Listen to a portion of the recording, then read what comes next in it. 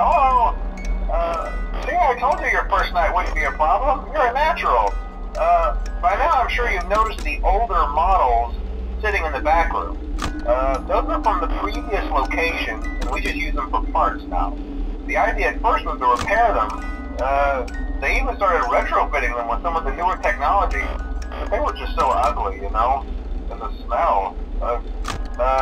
So the company decided to just go in a whole new direction and make them super kid-friendly. Those older ones shouldn't be able to walk around, but if they do, the whole Freddy head trick should work on them too, so whatever. I loved those old characters.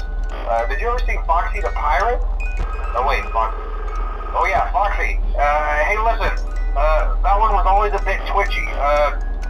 I'm not sure if the Freddy head trick will work on Foxy. If for some reason he activates during the night, and you see him standing at the far end of the hall, just flash your light at him from time to time. Those older models would always get disoriented with bright light. It would cause a system restart or something.